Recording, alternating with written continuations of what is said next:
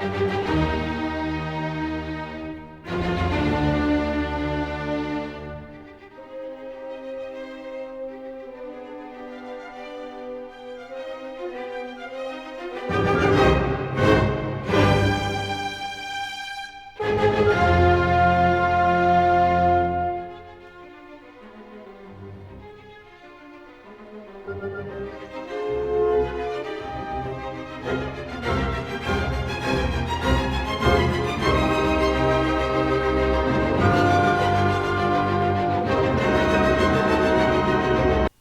Family planning initiative schemes देख रहे हैं, जिसके तहत 6 मुख्य रूप से पॉइंट बताए गए हैं, जिसमें expanding the basket of family planning choices, influencing the demand through Asha scheme for family planning, promoting quality sterilization services, promoting quality IUCD services, generating demand and awareness for family planning services, addressing global commitment family planning 2020।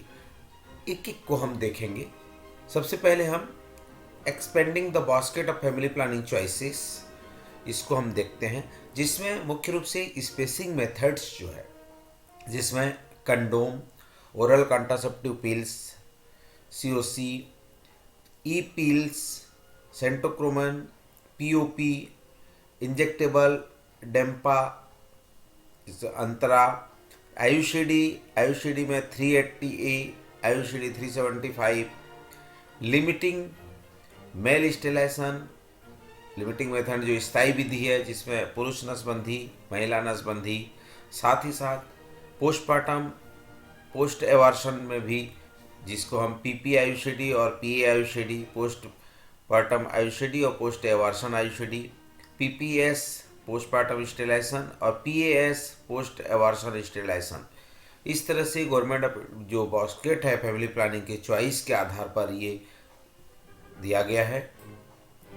Community based scheme आशा में, जिसमें home delivery contraceptive जो आशा को door step of beneficiary HDC, scheme for ensuring spacing of birth ESB, scheme for utilisation of pregnancy test kit, जिसे हम PTK कहते हैं, ये community based schemes चालू की गई है। Family planning commodity for ASHA home delivery of contraceptive scheme, जिसमें condom, COC, ECP, weekly pills ये इंट्रोड्यूस किए गए हैं। Mission Parivar, unified software for family planning logistic, जिसे हम FPLMIS कहते हैं, जिसके बारे में हम जाना है और देखा है हमारे वीडियो में, आगे भी हम देखेंगे। Expansion of contraceptive basket of choices, new contraceptive packaging आपने अभी देखा भी है, जो न्यू पैकेज जो हुए हैं ये आप देख सकते हैं। New family planning media campaign, expansion of contraceptive basket of choices, जिसमें इंजेक्टेबल कंट्रासेप्टिव्स अंतरा प्रोग्राम, सेंटोक्रोमन छाया, प्रोजेस्टेरॉन ओनली पिल्स, आप इसको देखकर पहचान सकते हैं। न्यू कंट्रासेप्टिव पैकेजिंग की बात हम कह रहे थे, तो आप यहाँ पे देखिए, पूर्व में जो ओल्ड पैकेजिंग था इस तरह से आता था, अब न्यू पैकेजिंग में थोड़ा आकर्षक बनाया गया है। ये इसी पिल्स का था, ईजी पिल्स आया है। कंडोम को जो है पूर्व में ऐसे पैकेजिंग आते थे, आज इस प्रकार से पैकेज में आते हैं। New communication campaign focus area जो है मुख्य रूप से increase spousal communication, delay in first child, role of man, introduction of new method, इसमें सबकी भूमिका के बारे में बताया गया है। ये कम्युनिकेशन का स्किल है कि सब जो है, जहाँ पे हम आज बच्चों में अंतर की बात करते हैं, पुरुषों को उस भागीदारी की बात करते हैं, नए जो मेथड्स आए हैं उनको बताने का प्रयास करते हैं, ये सारा चीज़ें कम्युनिकेशन कैंपेन में फोकस किया जा रहा है। फैमिली प्लानिंग वेब पेज तैयार की गई है, रेडियो चैट हो रहे हैं, टोल फ्री हेल्पलाइन नंबर बनाया गया है, प्रिंटेड और पोस्टर्स हैं, आउटडोर कैंपेन हो रहे हैं, सेलिब्रिटी लोगों को भी इसमें इन्वॉल्व किया गया है, टेलीविज़न एड्स दिए जा रहे हैं। इस प्रकार फैमिली प्लानिंग को प्रोमोट करने के लिए अनेकों प्रकार के कार्यक्रम शासन द्वारा चलाए जा रहे हैं, प्रचार प्रसार किए जा रहे हैं। फैमिली प्लानिंग प्रोग्राम में जो कमोडिटी उपयोग हो रहे हैं, commodity for free distribution at facility level, आप इन चित्रों को देख करके आप पहचान सकते हैं। Commodity for distribution through Asha at village level, अलग अलग पैकेजिंग दिखाई दी जा रही है। अभी जो होम वाला है, जो आशा के द्वारा होम बेस दिया जा रहा है, वो अभी उपलब्ध नहीं है। अभी सभी चीज़ें जो है फैसिलिटी बेस आ रहे हैं। Commodity for administrating at facility level free of cost, जिसमें इंजेक्टेबल अंतरा है, आयुषडी है, ट्यूबल रिंग है, ये फैसिलिटी लेवल पे उपयोग हो रहा है। Additional commodity under PTK scheme, जो प्रेगनेंसी टेस्ट किट, जिसको निश्चय के नाम से जाना जा रहा है, ये फैमिली प्लानिंग की कमोडिटीज़ हैं। इसी को लेकर के ही एपीएलएस एलएमआईएस में पूरी जो आपकी कार्य है वो चलता है।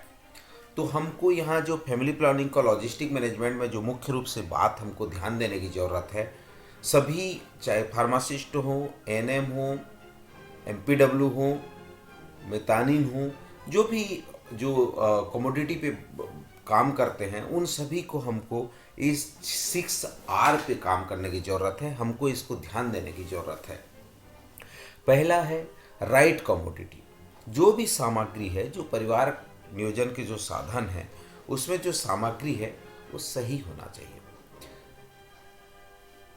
सोचिए, जब कोई सामग्री टूटा फूटा है या कोई उस उपयोग का लायक नहीं है, तो ये कोई मतलब का नहीं है। फैमिली प्लानिंग में मुख्य रूप से जितने भी सामग्री उपयोग किए जा रहे हैं वो राइट होना चाहिए। कमोडिटी बिल्कुल हमारी जो है, जो सामग्री है वो सही होना चाहिए, राइट क्वांटिटीज में होना चाहिए। अब जैसे हम डिमांड करते हैं तो इतना ज़्यादा मांग लेते हैं, और जब सप्लाई हो जाएगा तो फिर हमको रखने के लिए जगह नहीं होता है, बहुत सारी दिक्कतें होती है। राइट कमोडिटी होना चाहिए, राइट क्वांटिटी में होना चाहिए, राइट कंडीशन में होना चाहिए, साथ ही साथ राइट प्लेस की भी आवश्यकता होती है। कमोडिटी को कहीं बाहर पटक देते हैं, फेंक देते हैं, इस तरह से नहीं होना चाहिए। Right commodity, right quantity, right condition और राइट प्लेस में भी उसका स्थापना होनी चाहिए। राइट प्लेस में होना चाहिए, राइट टाइम में होना चाहिए और राइट कॉस्ट होना चाहिए। ठीक है, तो ये 6R है, जिसको आप, अगर मैं याद करने के तरीके से बात करूं तो 3CQPT, 3CQPT, तो हम इसको इस तरह से भी याद कर सकते हैं। Right commodity, right condition, right cost, right quantity, right place, right time. ठीक है, तो आप इसकी इस तरह से भी पढ़ सकते हैं ताकि आपको याद हो सके। लेकिन इन 6R का इम्पोर्टेंस है, आप अपने संस्थान में इसको लगा के रखिए और इसका पालन भी करिए। लॉजिस्टिक साइकिल क्या होता है? जब हम लॉजिस्टिक साइकिल की बात करते हैं तो combination of activity need to be carry out to maintain an effective supply chain for continuous and uninterrupted supply of contraceptive to the end user. एक अंतिम छोर तक के व्यक्ति को इफेक्टिव चेन के माध्यम से उसको कंटिन्यू, बिना रोकथाम के, बिना व्यवधान के, उस अंतिम छोर के व्यक्ति तक सही मात्रा में, सही समय में, जो 6R मैंने बताया, वो अगर लागू होता है तो और वहाँ तक पहुँचता है तो उसका हम लॉजिस्टिक सप्लाई चेन कहेंगे, और ये इसको होना बहुत ज़रूरी है। यहाँ पे मॉनिटरिंग एंड सुपरविजन की बात की गई है और यहाँ पे इन्वेंट्री मैनेजमेंट की बात की गई है। दो चीज़ों को यहाँ पे दिखाया गया है। ये यहाँ पे देखिए, ये पब्लिक है, ये हितग्राही है। हितग्राही को ध्यान में रखते हुए, ठीक है, फैसिलिटी में जाएगा, फैसिलिटी से ब्लॉक, ब्लॉक से डिस्ट्रिक्ट, डिस्ट्रिक्ट से स्टेट, स्टेट से नेशनल, और यहाँ पे फोरकास्टिंग होगा। मतलब इस हितग्राही को देख करके अनुमान लगाया जाएगा कि कितने हमें इन जो कमोडिटी है उसकी हमें आवश्यकता होगी, अर्थात हमको फोरकास्टिंग करना पड़ेगा। Forecasting is used to estimate the quantity of each commodity that a program require for distribution or utilization by the client for a specific period of time in the future। तो यहाँ पे forecasting की जाती है, और forecasting हितग्राही को ध्यान में रख करके किया जाता है। उसके बाद आता है प्रोक्योरमेंट। प्रोक्योरमेंट जो होता है वो हमारा फोरकास्टिंग के अनुसार ही हमारा प्रोक्योरमेंट होता है। तो family planning commodity are centrally procured and supplied to all state. यहाँ पे प्रोक्योरमेंट जो होता है वो सेंट्रली प्रोक्योरमेंट होता है फैमिली प्लानिंग का, वो जो है, और फिर वो सभी जगह जो है वितरित किया जाता है। वो इन्वेंट्री मैनेजमेंट में फिर डिस्ट्रीब्यूशन होता है। कैसे? इंडेंट मांगा जाता है। कहाँ से इंडेंट होगा? इंडेंडिंग जिसको हम बोलते हैं, इंडेंडिंग होगा फैसिलिटी से ब्लॉक को, ब्लॉक से डिस्ट्रिक्ट को, डिस्ट्रिक्ट से स्टेट को, स्टेट से नेशनल को, और फिर वहाँ पे जो है इंडेंट जो है, फिर इंडेंट के आधार पर स्टोर एंड डिस्ट्रीब्यूशन, स्टोरेज और डिस्ट्रीब्यूशन, स्टोरेज और डिस्ट्रीब्यूशन सेंट्रल लेवल से होगा। वहाँ से डिस्ट्रीब्यूशन प्लानिंग जो होगा अंतिम छोर के व्यक्ति तक पहुँचने के लिए नेशनल, फिर स्टेट, फिर डिस्ट्रिक्ट, फिर ब्लॉक, फिर फैसिलिटी, फैसिलिटी से फिर हितग्राही तक। इस प्रकार से यह डिस्ट्रीब्यूशन चैनल बना हुआ है। अब यहाँ पे जब इंडेंटिंग की बात आती है तो डिस्ट्रिक्ट जो है 2 टाइम ईयर, वो 6 मंथ में क्वांटिटी में वो डिमांड कर सकता है। डिस्ट्रिक्ट हॉस्पिटल जो है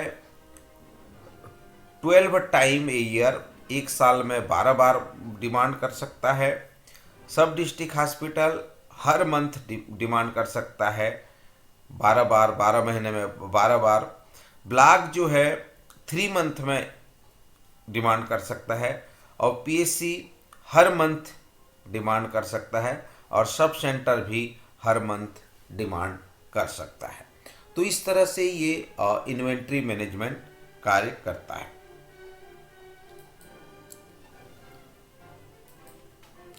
फोरकास्टिंग, जैसा कि मैंने पहले ही बताया, process of estimating the expected consumption of commodity needed to meet demand during a particular time frame. ठीक है, जो हम डिमांड करते हैं वो एक निर्धारित समय के लिए एक एस्टिमेशन किया जाता है, जो हम अनुमानित, जिसको हम अभी कम्युनिटी नीड असेसमेंट बोलते हैं। हम कम्युनिटी नीड असेसमेंट में ये निकालते हैं कि हमको कौन कौन सा साधन जो है के लिए कौन कौन से कितने कितने हितग्राही हैं जिनके लिए हमको क्या क्या चीज़ें चाहिए।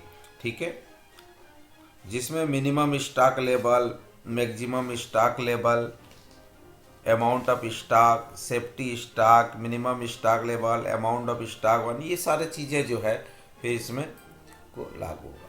फोरकास्टिंग में demand forecasting is an one time process, एक बार करते हैं। The process itself is complex. It required predicting the quantity of commodity to be purchased for a country program based on need, demand, consumption and supply। ठीक है, जो demand, consumption और supply के आधार पर जो है, ये जो हमारी आवश्यकता होती है उसको आधार पर जो हम प्रिडिक्ट करते हैं कि कितने क्वांटिटी की कोमोडिटी हमको परचेस करना है, ये जो रिक्वायरमेंट है, ये सारी चीज़ें इस फोरकास्टिंग में इंक्लूड होता है। यहाँ पे इन्वेंट्री मैनेजमेंट को हम समझने की कोशिश करते हैं। इसको अगर हम अपने घरेलू भाषा में भी समझ सकते हैं, क्योंकि हर घर में ये लागू होता है कि सबसे पहले तो इंडेंट और डिमांड ऑफ कमोडिटी, किसी भी चीज़ की जो आवश्यकता है, हमारे यहाँ जो डिमांड है उसको हम डिमांड में ले जाएंगे, डिमांड करेंगे कि भाई हमको ये चीज़ें चाहिए। जब वो चीज़ें हमें मिल जाता है तो उसको हम रिसीव करेंगे कि भाई उसको कहीं ना कहीं प्रॉपर रखना पड़ेगा, उसको स्टोर करना पड़ेगा। और उसके बाद जब आ जाता है तो फिर उसके बाद उसको हम डिस्ट्रीब्यूट करना पड़ेगा कि भाई हमने जिसके लिए डिमांड किया था उसको हम बांटेंगे ना, उसको डिस्ट्रीब्यूट करने के बाद उसका पूरा रिकॉर्ड जो है, उसकी जो भी चीज़ें किसको किसको हमने बांटा उसको हम यहाँ पे रिकॉर्ड कीपिंग करेंगे, रखेंगे। और उसके बाद उच्च अधिकारी को जो जानकारी है, जो डैमेज है, लॉस है, जो एडजस्टमेंट हुआ है, वो सभी की हम लोग जो यहाँ पे रिपोर्टिंग करेंगे। तो इसको आप अपने घर के फ्रिज से भी लागू कर सकते हैं। जैसे आप एक सब्जी की डिमांड करते हैं, यहाँ पे कमोडिटी की बात की गई, परिवार कल्याण के साधनों की बात की गई है। और मैं आपको समझाने के लिए अगर मैं आपके घर के फ्रिज की बात करूँ तो आप सबसे पहले सब्जी डिमांड करते हैं, बाज़ार से सब्जी लाते हैं, लाने के बाद उसको आप फ्रिज में स्टोर करते हैं, रखते हैं कौन कौन सा सब्जी आया। उसके बाद उसको जब किचन में उपयोग करते हैं तो डिस्ट्रीब्यूट करते हैं, भाई आज ये सब्जी बनेगा, कल ये सब्जी बनेगा। उसके बाद उसका हिसाब किताब रखते हैं, कितने का लाए, कितना रखे, कितना क्या किए, फिर उसके बाद उसको परोसते हैं। तो ये सेम चीज़ें आप हर जगह लागू कर सकते हैं। अब यहाँ पे फैमिली प्लानिंग कमोडिटी की बात की गई है तो फैमिली प्लानिंग के लिए हम लागू कर रहे हैं। तो इन्वेंट्री मैनेजमेंट को समझने के लिए इसे आप समझ सकते हैं। इंडेंटिंग को समझते हैं कि कहीं कोई चीज़ के लिए हम इंडेंट करते हैं तो कैसे करते हैं। इन लॉजिस्टिक प्लेसिंग ऑर्डर, अगर हम किसी भी चीज़ का जो ऑर्डर देते हैं उसको हम मंगाते हैं तो हम इंडेंट करते हैं। इंडेंट कीजिए रूटीन एक्टिविटी, ये रूटीन एक्टिविटी है। जैसे अब सामग्री खत्म हो गया तो आप जैसे मान लीजिए एक अस्पताल में है तो आप समझिए आपको कॉटन चाहिए, आपको क्या चाहिए, तो आपको पीलो चाहिए, आपको कोई और भी मेडिसिन चाहिए, तो आप क्या करेंगे, मांग करेंगे ना, इंडेंट करेंगे। तो इंडेंटिंग एक रूटीन प्रोसेस है, ठीक है। अब यहाँ पे देखिए दो सिस्टम दिया गया है, एक पूल सिस्टम दिया गया है और एक पुश सिस्टम दिया गया है। इसमें देखिए रिक्विजिशन है और यहाँ पे एलोकेशन है। इसको समझने की ज़रूरत है। पूल सिस्टम का मतलब होता है कि the person institution placing the order determine the quantity to be order, मतलब रिक्विजिशन भेज रहा है, वो रिक्वायरमेंट बता रहा है कि एक पर्सन इंस्टीट्यूशन अपना ऑर्डर डिटरमाइन कर रहा है कि मुझे इतना इतना चीज़ें चाहिए ये, और हम उसको देते हैं। तो ये हुआ पूल सिस्टम, ठीक है। उनसे हमने रिक्वायरमेंट मांगा, हमने उनको दिया, ये पूल सिस्टम हुआ। पर पुश सिस्टम क्या होता है कि the person institution who fulfil the order determine the quantity to be issue. जैसे हम कहते हैं कि भाई ये आपके लिए इतना सामग्री है, ये इतना मेडिसिन है, आप इसका उपयोग करिए, मतलब हमने उनको एलोकेट कर दिया, उनको दे दिया। आपने 10 की जगह हमने 20 दे दिया, हमने हमारे मन से 2 दे दिया, हमारे मन से 4 दे दिया, जो भी है हमने उधर पुश कर दिया। तो ये पूल सिस्टम और पुश सिस्टम को हमको समझना होगा। एक में रिक्विजिशन है, पुल सिस्टम रिक्विजिशन पे काम करता है, और पुश सिस्टम एलोकेशन पे काम करता है। जो की एलिमेंट ऑफ इंडेंटिंग, जब इंडेंट की बात होती है तो हमको इन 5 चीज़ों पे ध्यान देने की ज़रूरत होती है। पहला है स्टॉक ऑन हैंड, दूसरा है एवरेज मंथली कंजम्पशन, तीसरा है बफर स्टॉक, और चौथा है लीड टाइम, और पांचवा है रिव्यू पीरियड। तो हम जब इन चीज़ों को देखेंगे तो हमको समझ में आएगा कि स्टॉक ऑन हैंड अर्थात quantity of usable stock available at any facility or level at a point in time, जिसमें आप जो है आपके पास कितना स्टॉक अवेलेबल है उसके बारे में, स्टॉक ऑन हैंड एक समय में कितना है उसके बारे में बताया गया है। एवरेज मंथली कंजम्पशन, नाम से ही समझ में आ रहा है कि क्या कहना चाह रहा है कि आपका जो एवरेज मंथली कंजम्पशन है वो कितना है, इसके बारे में बताया गया है, जिसमें कि average of quantity of stock dispersion to users lower facilities during a particular time period ideally for last 6 month.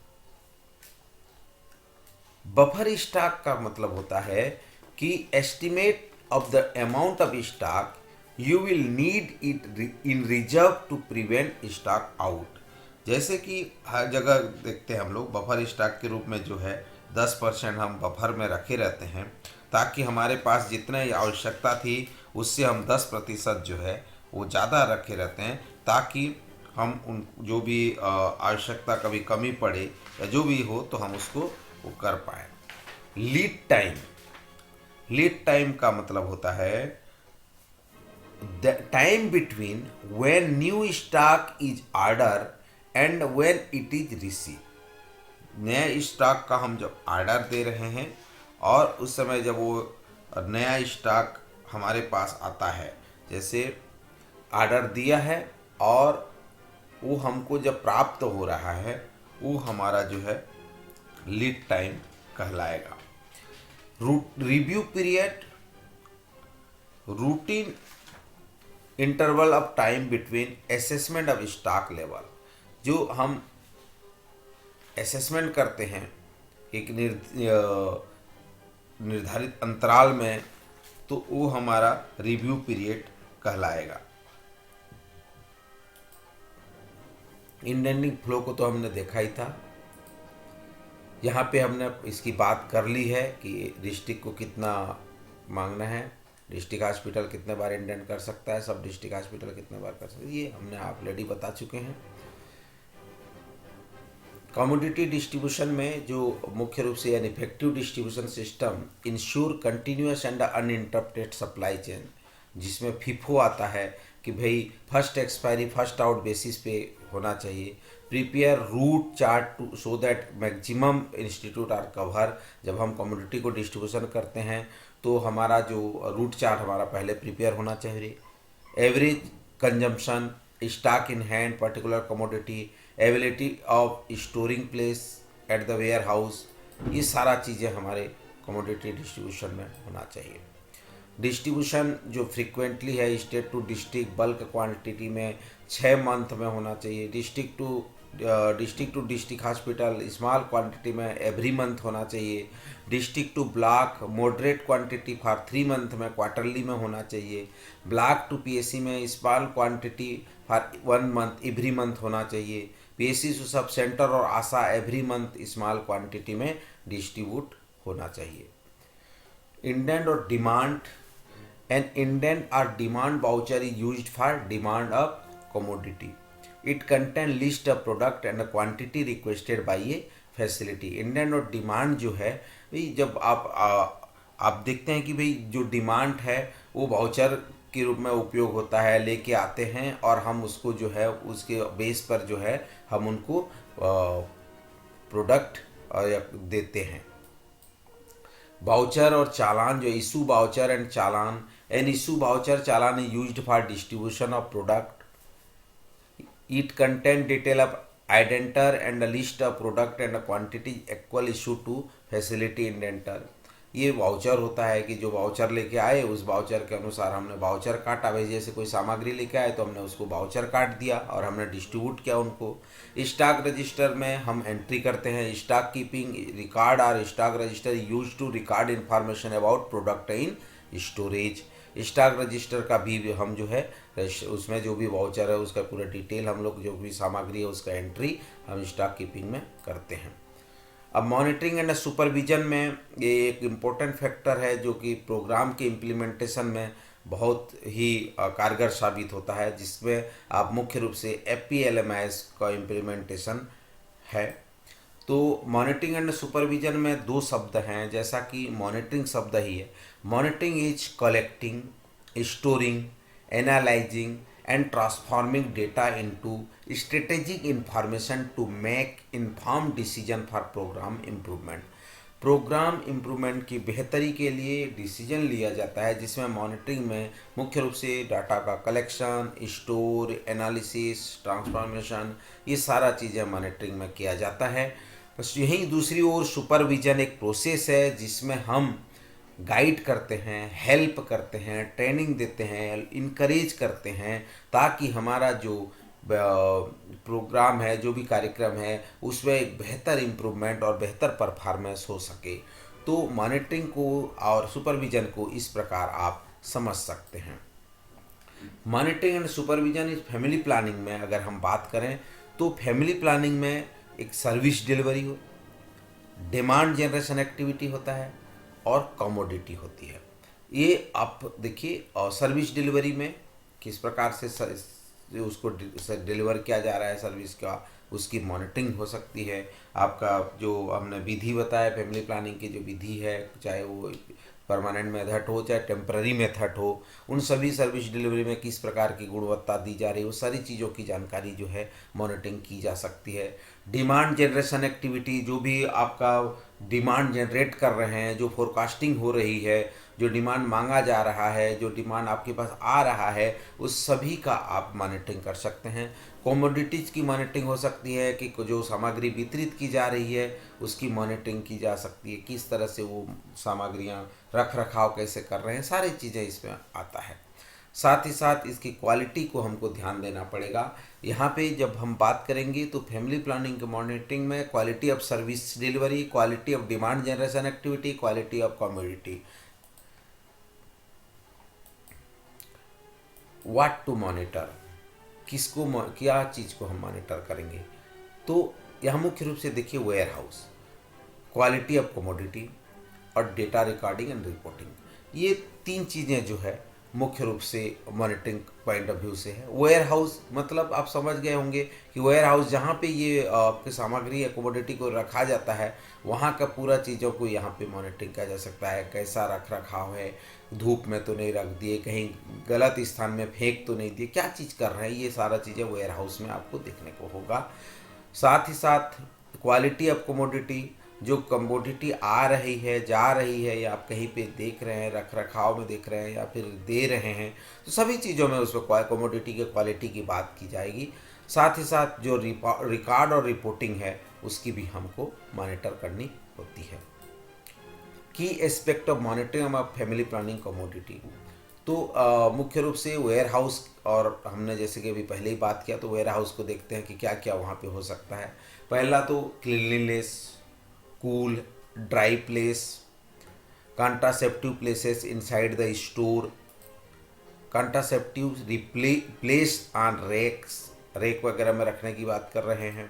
साथ ही साथ फीफो पद्धति से हमको देखना होगा कि एक्सपायरी, नियर एक्सपायरी को पहले हमको भेजना पड़ेगा, ठीक है। तब जो वेयर हाउस जब मॉनिटरिंग करने जाएंगे तो इन चीज़ों को हमको देखने की ज़रूरत होगी। डेटा रिकॉर्डिंग की बात करेंगे तो पहला रिटर्न इंडेंट है, दूसरा है स्टॉक एंड इशू रजिस्टर, वहाँ मेंटेन हो रहा है या नहीं हो रहा है।